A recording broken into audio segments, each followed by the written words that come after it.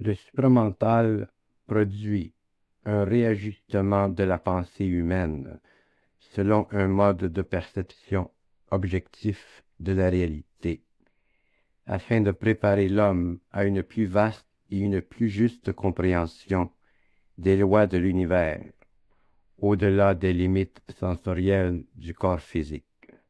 Cette nouvelle forme d'intelligence tient son origine de certains plans ou mondes de la réalité, non vécus encore par l'homme en conscience pure, c'est-à-dire dans le contexte d'une conscience continue entre le plan matériel et les plans plus subtils de mondes qui appartiennent à l'énergie sans forme, mais identifiables par le biais de ce que l'on doit appeler, pour le moment, les fluides de la forme. Toute forme est composée de fluides, c'est-à-dire de courants d'énergie, plus ou moins stables selon leur degré de rapprochement ou d'éloignement de l'énergie absolue. C'est à partir de cette énergie absolue que l'homme pourra enfin comprendre les lois de la matière, du temps, de l'espace et du mouvement dans le temps.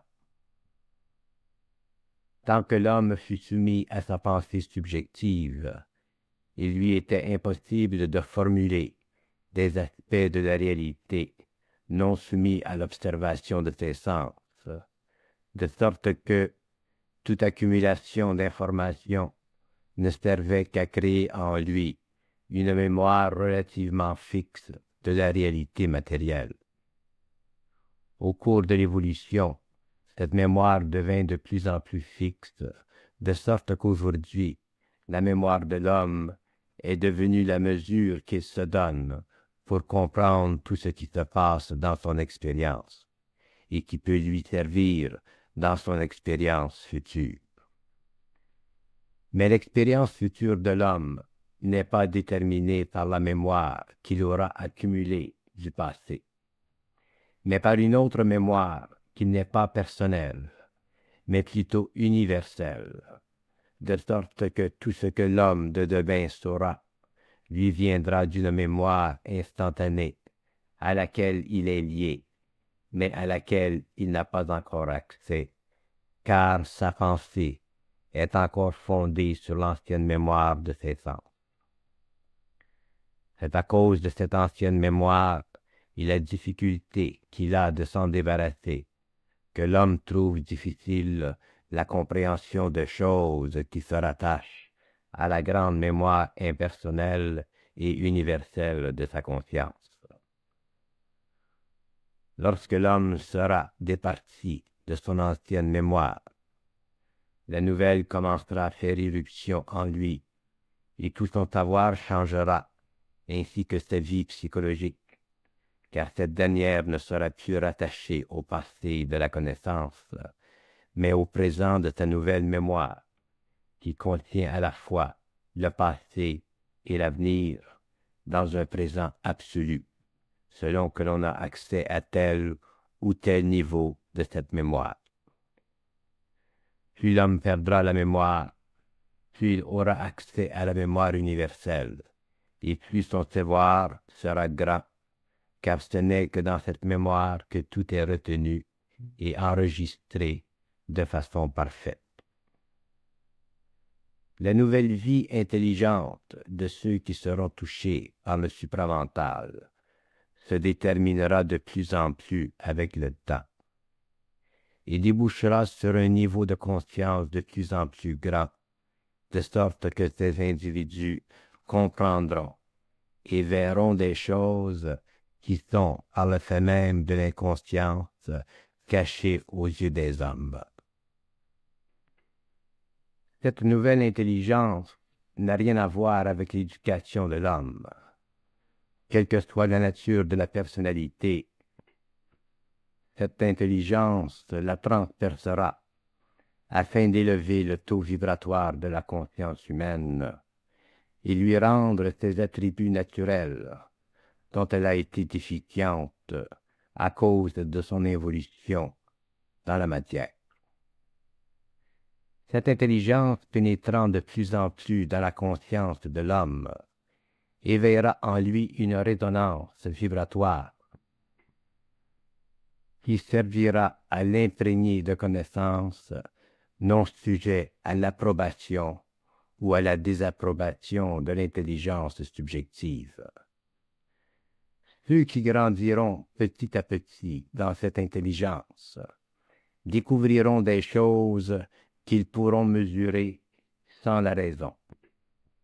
L'accroissement de l'énergie de cette forme d'intelligence permettra aux hommes de rechercher ceux avec lesquels ils pourront en toute quiétude parler et communiquer. Ce processus créera une sorte de crépuscule humain dont l'énergie grandissante au cours des années affectera jusqu'à un certain point d'autres individus sensibles à cette même énergie, mais encore inconscients de son existence et de ses mécanismes. Ceux qui découvriront cette intelligence et apprendront à communiquer avec elle découvriront des aspects totalement nouveaux de leur propre psychologie et verront que leur psychologie nouvelle pivotera sur l'axe de cette intelligence selon le rythme avec lequel ils pourront la vivre. Cette énergie intelligente étant prépersonnelle, les hommes qui en seront les porteurs seront obligés de réaliser tôt ou tard que leur propre intellect, leur propre mémoire, doit graduellement faire place à un nouveau mode de conscience créative. L'ego, pendant un certain temps, cherchant à se sécuriser devant la montée de plus en plus forte de cette colonne d'énergie, cherchera par tous les moyens à se sécuriser psychologiquement par le biais de la spiritualité. Réaction normale pour l'ego, qui depuis si longtemps a été enveloppé dans une forme ou une autre de spiritualité, afin qu'il se développe en lui une plus grande sensibilité et une plus grande harmonie. Mais la pénétration de cette nouvelle énergie dans l'esprit de l'homme contribuera à changer la dimension psychologique de son savoir et de réorienter son évolution afin de lui permettre de rejoindre les civilisations plus avancées qui, depuis longtemps déjà, parcourent le cosmos matériel et invisible dans le but de répandre dans l'univers les liens qui unissent tous les êtres en évolution. La nouvelle intelligence de l'homme grandira en lui, graduellement, de la même façon que grandit en l'homme la maturité de son savoir subjectif. Avec le temps, cette intelligence plantera sa racine dans l'humanité et la terre sera une terre nouvelle. Mais les individus qui seront les premiers affectés par cette intelligence nouvelle devront se réajuster à toutes les formes de savoir faisant partie de leur ancienne mémoire, et ceci constituera le test le plus difficile pour l'homme, car ce dernier n'aura la conscience totale de son être que lorsqu'il aura suffisamment été imprégné de l'expérience nouvelle. Il comprendra selon des modes de pensée qui seront pour lui vierges et nouveaux. Tant que l'homme pourra supporter le poids de cette nouvelle intelligence en lui, et ce qu'elle comporte de neuf dans le mode de son expression et de sa manifestation, il grandira. Cette intelligence nouvelle ne se rapportant à rien du passé, forcera l'homme à ne vivre que dans le présent, et lui permettra de connaître l'avenir à un point tel que le futur ne lui sera plus caché, car le futur même lui servira dans l'organisation psychique de son évolution, à la fois personnelle et à la fois évolutive. Ceux qui auront en eux le pouvoir de cette nouvelle intelligence comprendront pourquoi il a été impossible à l'homme par le passé de dépasser les limites de la raison, et pourquoi cette même raison, bien qu'essentielle à son évolution antérieure, ne servira plus dans le nouveau cycle de vie. Tant que l'homme se servait de la raison pour évoluer, il lui était possible d'engendrer suffisamment de lumière afin d'intégrer sa vie mentale à sa vie biologique, afin que cette dernière devienne de plus en plus libre des basses formes d'expression liées à son corps animal. Au cours de la prochaine phase de l'évolution, l'intelligence de l'homme servira un plan lié au perfectionnement de son corps mental, ce qui engendrera sur la planète une forme de vie supérieure, car l'homme percera pour la première fois les voiles du secret de la matière et de l'esprit. Cette nouvelle intelligence permettra à l'homme de travailler consciemment à l'évolution au lieu d'en subir les influences. L'intelligence de l'homme sera tellement grande que nul autre que lui aura sur la planète le contrôle de son évolution.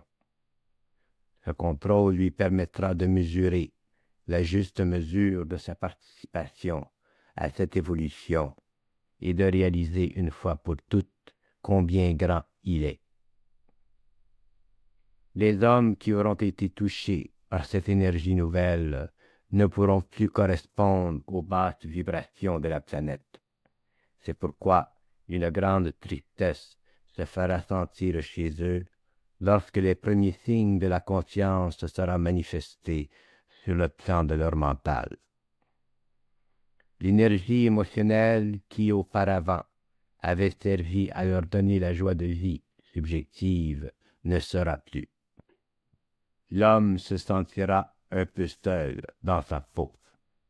Mais avec le temps, cette sensation disparaîtra et l'homme verra que son nouvel état est nettement naturel dans le contexte de l'intelligence universelle qui grandit en lui. Sa nature animale sera matée et les traits de caractère qui ont marqué auparavant sa personnalité disparaîtront pour laisser place à une autre personnalité, cette fois une vraie. Il n'est pas facile à une race d'hommes de découvrir le fil qui doit l'amener à la souche d'une autre, avec laquelle il n'a aucune affinité, soit par la culture ou par l'intelligence. De telles conditions pour un groupe humain nécessitent un réajustement qui sort de l'ordinaire. C'est pourquoi l'homme nouveau grandira graduellement et verra graduellement ce qu'il doit devenir. Sans cela, le choc serait trop grand et il ne pourrait le supporter. La Terre est présentement dans un champ d'énergie suffisamment puissant pour basculer la planète sur son axe. Ce qui retarde ce changement provient de l'aide que reçoit l'homme inconsciemment des forces supérieures afin de lui permettre d'élever sa conscience avant que ne se produise sur la terre ce grand événement qui rendra l'homme indépendant de la gravité. Mais les forces qui veillent à maintenir le statu quo dans la qualité de vie biologique sur la planète ne peuvent maintenir leur influence bénéfique que pour un certain temps. Et c'est justement cette limite de temps qui servira à conscientiser l'homme nouveau. Une fois cette conscientisation terminée, les événements cosmiques s'accéléreront sur la Terre et cette dernière basculera afin que l'homme puisse la spiritualiser, c'est-à-dire élever les vibrations et en contrôler l'évolution. L'effet de la nouvelle intelligence humaine sur la Terre se fera sentir partout. La planète aura perdu les marques terribles de la destruction et l'humanité vivra en paix. Mais l'homme doit être préparé à de tels événements. C'est pourquoi son intelligence doit être élevée et sa pensée ajustée à un autre taux de vibration. Ce renouveau vécu sur le plan individuel nécessite que les hommes passent par une période de retranchement vis-à-vis leur mode de vie antérieur. C'est pourquoi peu auront la force intérieure pour supporter le lourd poids de cette transformation interne. Toute énergie nouvelle qui pénètre la conscience d'une planète provient de plans supérieurs. C'est pourquoi de nombreux hommes ne pourront attendre la fin du cycle et devront mourir, car la mort les libérera des épreuves insupportables pour eux, car ils n'auront pas la compréhension et le pouvoir que conférera la nouvelle intelligence. Les hommes qui survivront à la vague nouvelle de conscience qui descendra sur la terre seront les nouveaux fils de la terre.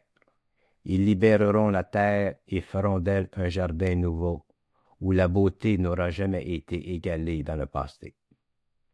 La préparation de l'homme nouveau ne se fera pas sans répercussion dans le monde, car beaucoup de ceux qui seront transmutés par cette nouvelle énergie sentiront le besoin de faire connaître ce qu'ils auront acquis, et cette communication éveillera d'autres hommes à une réalité qu'ils n'avaient jamais contemplée. Mais les forces de la nouvelle intelligence devront restreindre leurs effets sur le psychisme humain, car ce dernier est dépourvu et faible. Seulement après l'effondrement de l'ancienne vie, sera-t-il permis à l'homme de connaître le pouvoir total de son intelligence supramentale. À partir de cette époque, les hommes seront effectivement les maîtres de leur planète. Quelle que soit la grandeur de la tâche, ils auront le pouvoir d'établir tout ce qui doit être fait pour faire de la Terre un des plus beaux et des plus grands globes de la galaxie. L'intelligence de ces hommes nouveaux leur permettra de communiquer d'égal à égal avec d'autres hommes venus d'ailleurs pour aider l'homme de la terre à construire le nouveau monde. L'intelligence supramentale défie de par la nature même de son origine la raison humaine. Elle provoque chez l'homme des réactions de toutes sortes, et ce sont ces réactions qui doivent être avec le temps tempérées, afin que la conscience de l'homme puisse se manifester d'une façon continue, c'est-à-dire d'une façon suffisamment stable pour qu'il puisse engendrer sur le plan matériel une force créative qui soit constructive plutôt que destructive. L'homme est faible, et la pénétration dans ses corps de cette énergie crée temporairement un recul dans son habileté naturelle. Il perd petit à petit des facultés qu'il a toujours considérées comme évidentes en soi, et l'ego, à cause de cette perte, qui n'est en fin ou en fait qu'un remplacement, s'inquiète. Mais l'ego de l'homme doit perdre quelque chose afin de grandir et dominer les forces dont il a toujours subi, sans le réaliser, l'influence. L'intelligence supramentale n'est pas du domaine de l'homme, mais du domaine de l'esprit dans l'homme, et l'homme doit, s'il en est récipient, apprendre à vivre avec elle, au lieu de chercher à en comprendre les modalités de pénétration et de descente. Ce n'est pas à l'homme de rationaliser le chemin dont prend la conscience supramentale pour descendre en lui. Mais il est de son ressort d'apprendre à vivre avec cette nouvelle intelligence, cette nouvelle conscience qui est le but final de l'évolution sur la Terre. Il ne s'agit pas pour l'homme de considérer une autre porte de sortie, lorsqu'il est lui-même celui qui doit véhiculer cette énergie. L'homme a le pouvoir en lui, et lorsque le pouvoir descend à son rythme, l'homme l'absorbe avec le temps, apprend à vivre avec sans que soit bousculé d'un iota sa vie ou la vie des autres. Si l'homme bouscule la vie des autres lorsque fait naître le pouvoir vibratoire de cette intelligence, c'est qu'il n'a pas encore développé le discernement nécessaire afin de bien se servir de ce qu'il ressent intérieurement. Ceci fait partie de son expérience et avec le temps, tout se raccordera.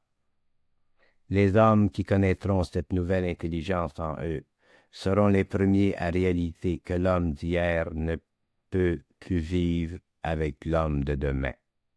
Car l'homme d'hier ne sait pas où il va, d'où il vient et où il s'en va.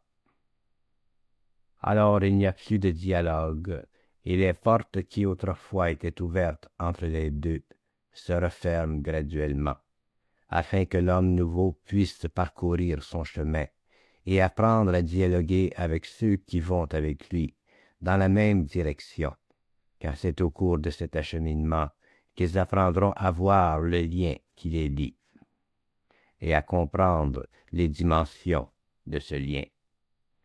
C'est ainsi qu'ils apprendront à reconnaître ceux qui disposent d'un peu plus en eux de la réalité que d'autres. Et ce sont ceux-là même qui seront désormais leurs amis, leurs frères en esprit. L'intelligence supramentale est totalement du domaine de l'esprit, qui veille sur l'homme et lui apporte la force nécessaire pour bien vivre sa vie et la faire fructifier. Une vie qui ne fructifie pas n'est pas une vie, mais une existence, et toute existence taxe l'homme émotivement et diminue en lui les forces vitales et créatives qui font de la vie la plus manifeste des expériences. La vie supramentale n'est pas une question de salaire ou de succès ou de plaisir, mais bien une fusion plus ou moins grande avec l'intelligence de l'esprit. Tout le reste n'est que le support matériel d'une telle expérience et ne sert qu'à rendre cette expérience de plus en plus agréable, car de plus en plus l'homme se sert du support matériel pour faire avancer sur le plan physique les forces de l'intelligence créative que vous appelez les forces de la lumière. La pénétration de l'intelligence supramentale dans l'homme est par le fait même la destruction des forces retardataires dans sa vie, car il acquiert par le fait même la capacité de ne se manifester que dans le champ de cette intelligence, qui ne se suffit qu'à elle-même, soufflant tout sur son passage, qui ne lui permet pas d'aboutir pleinement dans la conscience de l'homme et de la terre.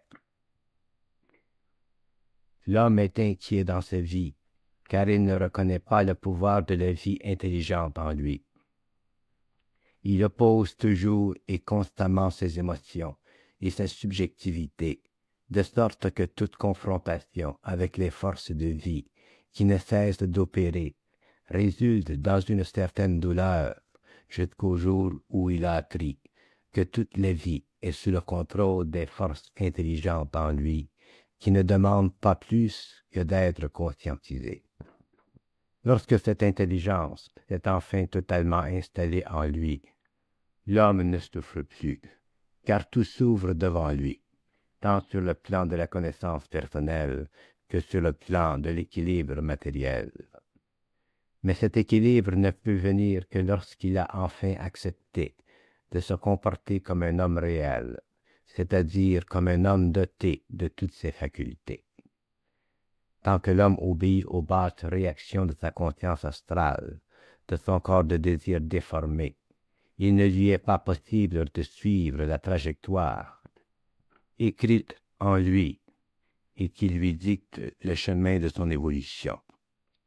Il se retrouve alors désarmé devant la multitude d'obstacles qui couvrent son chemin et qu'il a lui-même contribué à élever à cause de son ignorance qui défie constamment les lois de l'intelligence créative.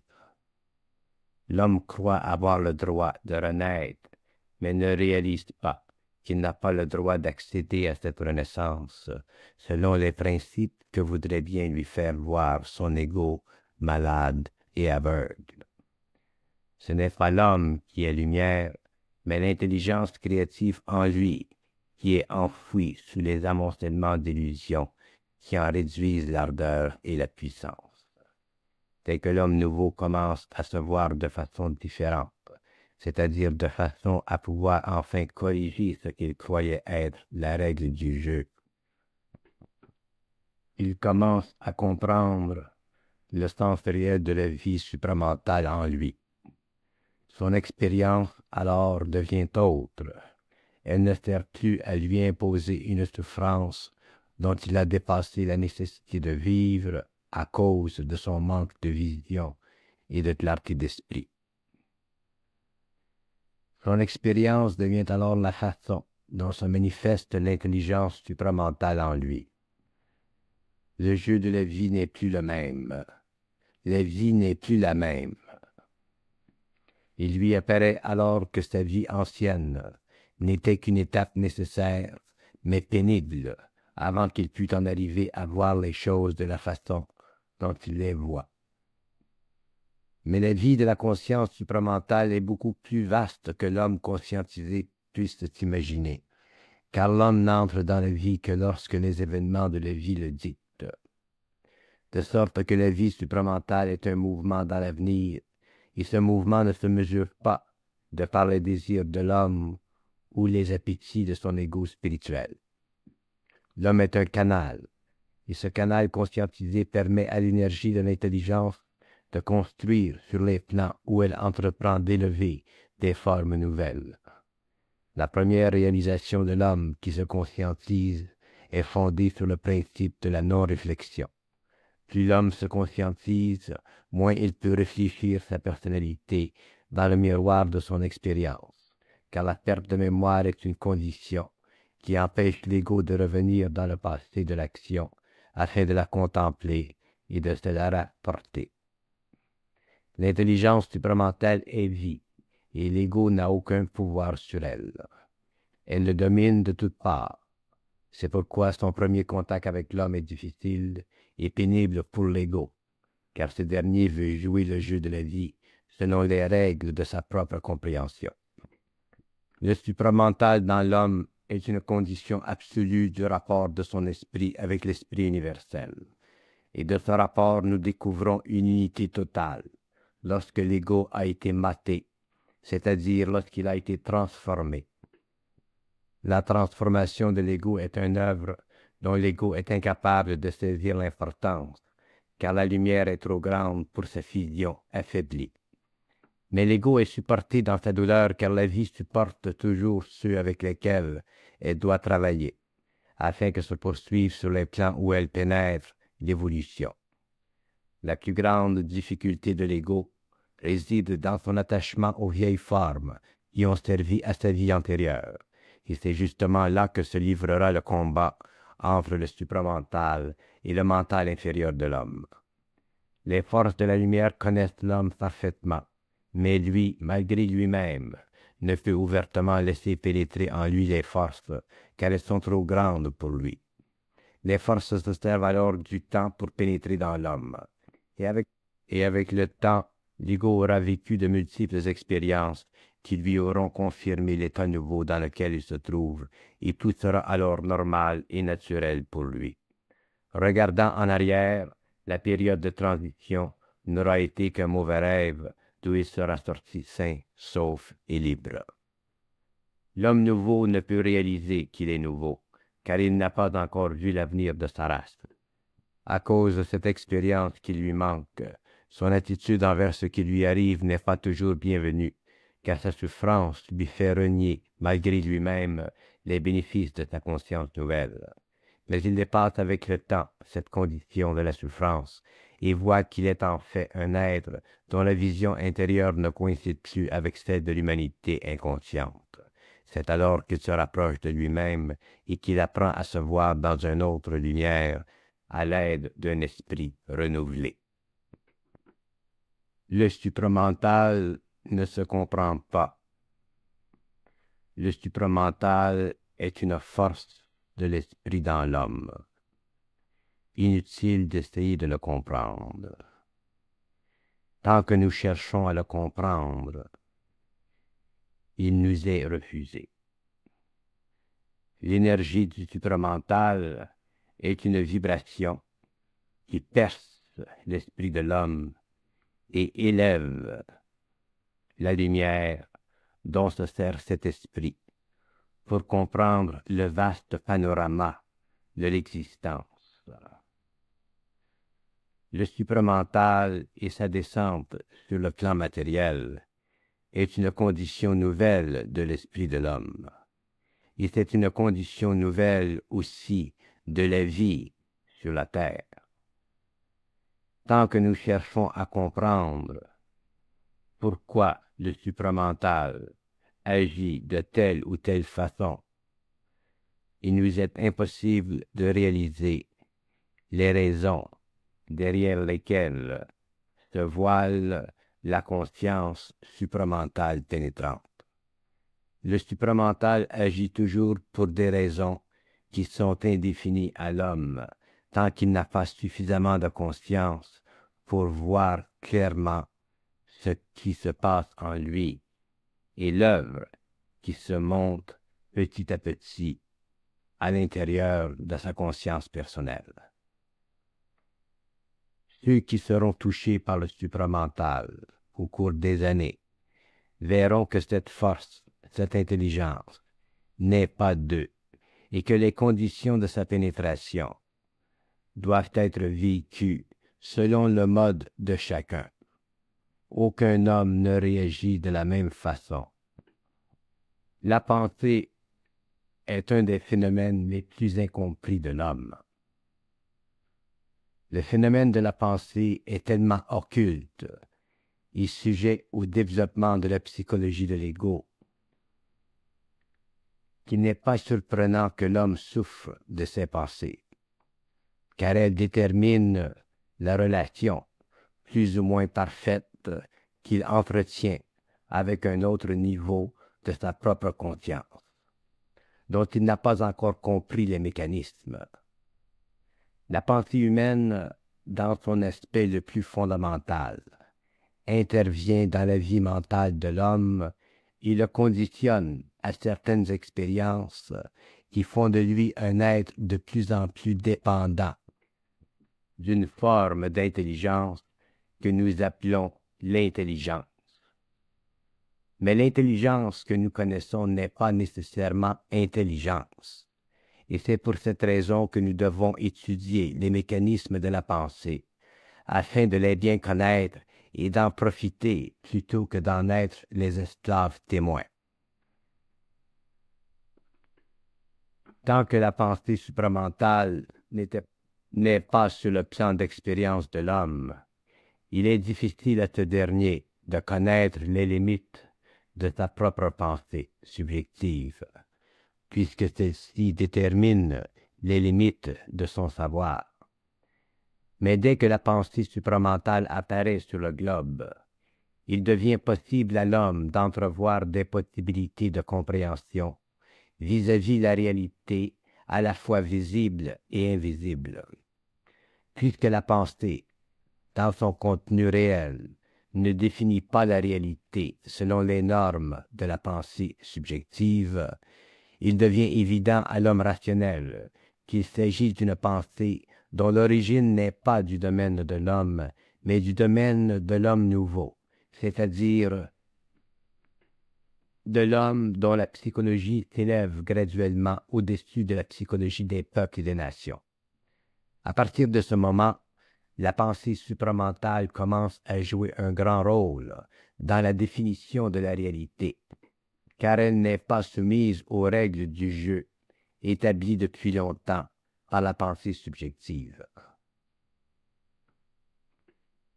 Mais vient alors le problème de la compréhension parfaite de la pensée supramentale, c'est-à-dire le problème psychologique soulevé par cette nouvelle forme de pensée qui doit transporter l'homme sur les plus hauts plateaux de la connaissance et à la fois élever son esprit au-dessus de l'esprit des hommes.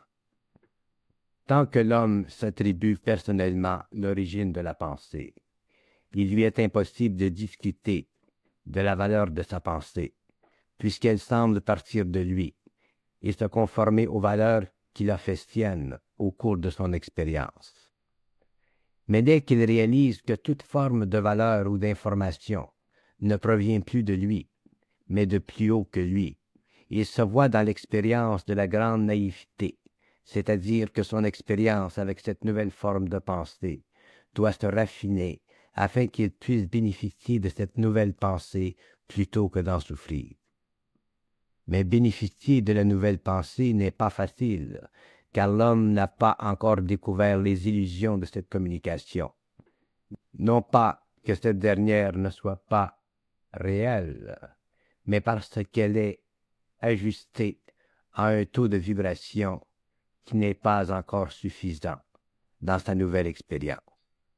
De sorte que l'homme nouveau, au début de son expérience, se voit à la fois plongé dans le dilemme de découvrir la vraie pensée et en même temps être forcé de réaliser qu'il ne peut toujours se fier à elle. Pourquoi cela?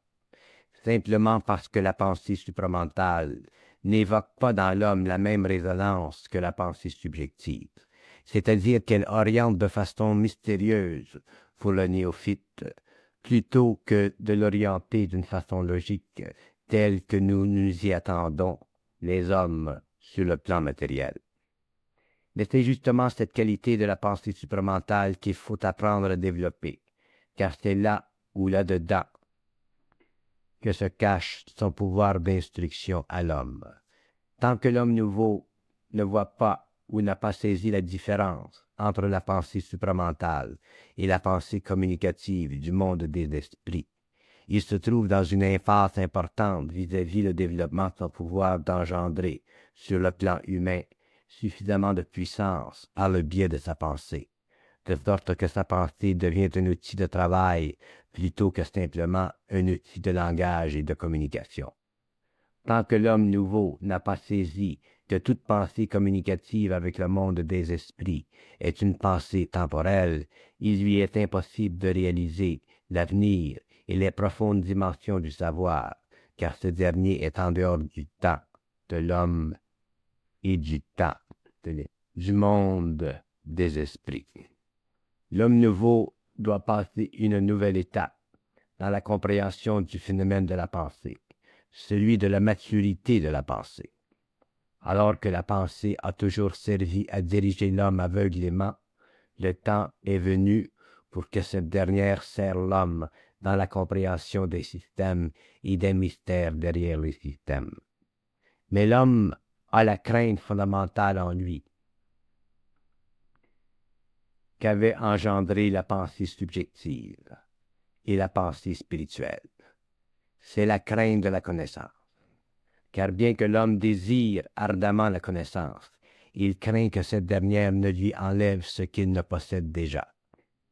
C'est pourquoi nous retrouvons sur le globe une force dans la pensée supramentale qui permet de détruire toutes les formes de pensée imaginables afin de restreindre l'influence de ces pensées et d'aider l'homme à supporter le poids du vide, c'est-à-dire le poids du savoir. Lorsque cette pensée atteint ceux auxquels elle est dédiée, elle permet de réajuster le taux vibratoire de leur pensée et de substituer ce qu'ils veulent dans le monde de la pensée avec ce qui est présent en eux à une petite échelle de la pensée supramentale. Ceux qui vivront de la pensée supramentale verront grandir en eux une sorte de vide, c'est-à-dire une sorte d'égarement, car leurs pensées subjectives n'auront plus avec le temps le pouvoir de leur fournir l'énergie nécessaire pour engendrer dans leur vie le sens du réel. Ces hommes connaîtront alors le début de cette grande solitude qui mène l'homme vers le centre de lui-même. Mais toute solitude de l'homme face à son esprit intérieur n'est plus une solitude, mais plutôt un rapport de plus en plus étroit que l'homme ne connaît pas encore dans tous ses aspects. Que l'homme s'instruise de plus en plus de lui-même est une expérience nouvelle, dont l'ego n'a pas encore totalement compris le sens. Mais cette nouvelle façon de voir les choses, de par soi-même, remplit petit à petit son esprit, de sorte qu'avec le temps, L'esprit de l'homme n'est plus décousu de sa réalité intérieure, mais se soulève de plus en plus afin de pouvoir élargir son champ de vision.